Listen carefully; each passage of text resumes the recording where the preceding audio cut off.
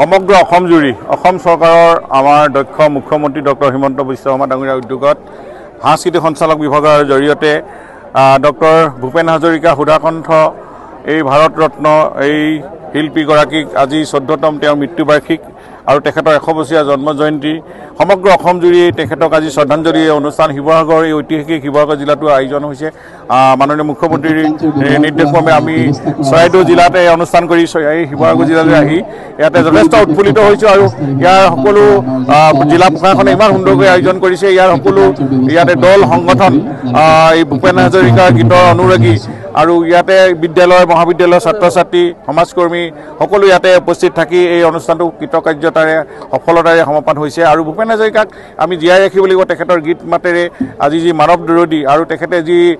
মানৱ প্ৰেমৰ কথা কয় তেওঁৰ গীতত সেই গীতত আৰু জাতি মাটি ভেটিৰ কথা কয় দুৰ্যোগৰ সময়ত যিকোনো পৰিস্থিতি তেখেতে গীত গাই জাতিক সচেতন কৰি দিছিল সজাগ কৰি দিছিল মানুহক দেশপ্ৰেমভাৱ জাগ্ৰত কৰি দিছিল সেইখিনি উঠি অহা প্ৰজন্মই হৃদয়েৰে গ্ৰহণ কৰিব লাগিব আমি আজি তাৰিখত আমি এই সংকল্প ল'ব লাগিব ভূপেন হাজৰিকাৰ গীতবিলাক চৰ্চা হ'ব লাগিব গৱেষণা হ'ব লাগিব আৰু তেওঁ গাঁৱে ভূঞে বিদ্যালয় মহাবিদ্যালয় এইবিলাক প্ৰচলিত হ'ব লাগিব আৰু শেহতীয়াকৈ জুবিন গাৰ্গৰ গীতসমূহ আমি সমানে লৈ যাব লাগিব এতিয়া এই গোটেই কথাখিনি আমি অসমৰ ৰাইজে আজিৰ দিনটোত এখন সুন্দৰকৈ যিহেতু অসমত শিল্পীসকলক সন্মান কৰা এখন অসম আজি শিল্পীক সন্মান কৰি আৰু শিল্পীসকলৰ জৰিয়তে অসমখন এখন সংস্কৃতিমান এখন ৰাজ্য নিৰ্মাণ কৰিব লাগিব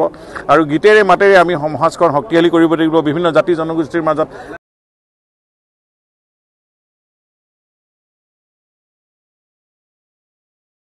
আমি যাতে এইখিনি লওঁ এইখিনি আমি পৰৱৰ্তী দিনসমূহতো কাৰ্যকৰী কৰোঁ অকল এদিন কৰিলে নহ'ব পৰৱৰ্তী দিনতো আমি ইয়াৰ কাৰ্যকৰী ব্যৱস্থাটো আমি সকলো স্তৰতে কৰিব লাগিব তাকে আহ্বান জনালোঁ ধন্যবাদ আমি সকলোকে মই আপোনাৰ সাংবাদিক বন্ধুসকলক আজি ইয়াত সহযোগ কৰাৰ কাৰণে ধন্যবাদ জনাইছোঁ সমগ্ৰ অসম জুৰি অসম চৰকাৰৰ হিমন্ত বিশ্ব শৰ্মা ডাঙৰীয়াৰ উদ্যোগত সাংস্কৃতিক সঞ্চালকৰ জৰিয়তে ডক্টৰ এই ভাৰত ৰত্ন এই শিল্পীগৰাকীক আজি 14তম তেওঁৰ মৃত্যুবাৰ্ষিক আৰু তেখেতৰ 100 বছৰীয়া জন্ম জয়ন্তী সমগ্ৰ অসম জুৰি তেখেতক আজি শ্ৰদ্ধাঞ্জলি অনুষ্ঠান শিৱসাগৰ এই ঐতিহাসিক শিৱসাগৰ আয়োজন হৈছে মাননীয় মুখ্যমন্ত্ৰীৰ নিৰ্দেশক্ৰমে চৰাইদেউ জিলাতে অনুষ্ঠান কৰি ইয়াতে যথেষ্ট উৎফুল্লিত হৈছোঁ আৰু ইয়াৰ সকলো জিলা প্ৰশাসনে ইমান সুন্দৰকৈ আয়োজন কৰিছে ইয়াৰ সকলো ইয়াতে দল সংগঠন এই ভূপেন হাজৰিকাৰ গীতৰ অনুৰাগী আৰু ইয়াতে বিদ্যালয় মহাবিদ্যালয়ৰ ছাত্ৰ ছাত্ৰী সমাজকৰ্মী সকলো ইয়াতে উপস্থিত থাকি এই অনুষ্ঠানটো কৃতকাৰ্যতাৰে সফলতাৰে সমাপন হৈছে আৰু ভূপেন হাজৰিকাক দেখিব লাগিব তেখেতৰ গীত মাতেৰে আজি যি মানৱ প্ৰেমৰ কথা কয় তেওঁৰ গীতত সেই গীতত আৰু কথা কয় দুৰ্যোগৰ সময়ত সচেতন কৰি দিছিল সজাগ কৰি দিছিল মানুহক দেশপ্ৰেমভাৱ জাগ্ৰত কৰি দিছিল সেইখিনি উঠি অহা প্ৰজন্মই হৃদয়েৰে গ্ৰহণ কৰিব লাগিব আমি আজি তাৰিখত আমি এই সংকল্প ল'ব লাগিব ভূপেন হাজৰিকাৰ গীতবিলাক গৱেষণা হ'ব লাগিব আৰু তেওঁ গাঁৱে ভূঞে প্ৰচলিত হ'ব লাগিব আৰু শেহতীয়াকৈ জুবিন গাৰ্গৰ গীতসমূহ আমি সমানে লৈ যাব লাগিব এতিয়া এই গোটেই কথাখিনি আমি অসম সুন্দৰকৈ যিহেতু অসমত শিল্পীসকলক সন্মান কৰা এখন অসম আজি শিল্পীক সন্মান কৰি আৰু শিল্পীসকলৰ জৰিয়তে অসমখন এখন সংস্কৃতিমান এখন ৰাজ্য নিৰ্মাণ কৰিব লাগিব আৰু গীতেৰে মাতেৰে আমি সমাজখন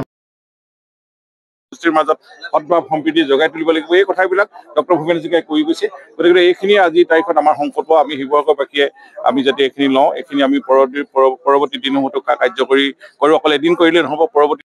ইয়াৰ কাৰ্যকৰী ব্যৱস্থাটো আমি তাকে আহ্বান জনালোঁ ধন্যবাদ আমি সকলোকে মই আপোনাৰ সাংবাদিক বন্ধুসকলক আজি ইয়াত সহযোগ কৰাৰ কাৰণে ধন্যবাদ